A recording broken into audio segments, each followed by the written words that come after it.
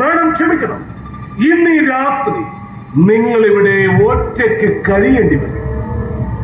കാരണം നിങ്ങളുടെ ഭർത്താവിനെ ഞങ്ങൾ കൊണ്ടുപോകും. ഇതൊക്കെ സ്റ്റേഷനിലെത്തിട്ട് പറയാം. Now you are under arrest. പുറത്ത് ജീപ്പുണ്ട്, പിന്നെ ഈ ബിൽഡിങ്ങിന് ചുറ്റാകെ പോലീസ്. ചെല്ലണം സാർ, പ്ലീസ്. പോയി ആ ജീപ്പിൽ കയറി കൊണ്ടുപോയാണ്.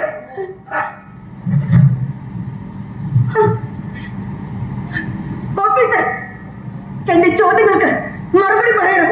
നിങ്ങൾ എന്തിനാ അദ്ദേഹത്തെ കൊണ്ടുപോകുന്നത്? നിങ്ങളുടെ ചോദ്യങ്ങൾക്ക് മറുപടി പറയാനുള്ള ബാധ്യതയൊന്നും എനിക്കില്ല.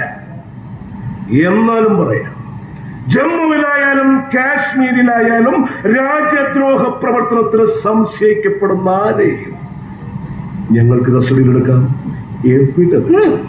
അറിയാം, അങ്ങനെ ഒരുപാട് നിരപരാധികളുടെ ജീവിതം തകർത്ത കഥകളും കേട്ടിട്ടുണ്ട്. രാകേഷ് എന്താ ചെയ്തേ? ജമ്മു യൂണിവേഴ്സിറ്റിയിലെ ഏറ്റവും മികച്ച IT അധ്യാപകനാണ് രാകേഷ്. അതാണോ അവന്റെ തെറ്റ്? നോക്കൂ സർ, കോളേജും പിന്നെ ഞാനും ഈ ഫ്ലാറ്റും, ഇത് മാത്രമാണ് ജീവിതം. ഇന്ന് ഞങ്ങളുടെ ജീവിതത്തിലെ ഏറ്റവും സുന്ദരമായ നിമിഷത്തെയാണ് ഈ അധികാര ചിഹ്നം കൊണ്ട് നിങ്ങൾ തകർത്ത് കളഞ്ഞത്. സർ പ്ലീസ്, എന്നെ വിശ്വസിക്കൂ. ഒരു പട്ടാളക്കാരന്റെ മകളാണ് ഞാൻ. എന്റെ ഭർത്താവ് രാജദ്രോഹിയല്ല, രാജസ്നേഹിയാണ്. അദ്ദേഹത്തെ പോലെ ഒരാളെ ഒരു സംശയത്തിന് പേരിലായാലും പോലും അറസ്റ്റ് ചെയ്ത അത് ചിലപ്പോൾ ഞങ്ങൾക്ക് താങ്ങാൻ കഴിയുന്നു വരില്ല സർ. നിങ്ങളിങ്ങനെ പാനിക്കാവാതിരിക്കൂ.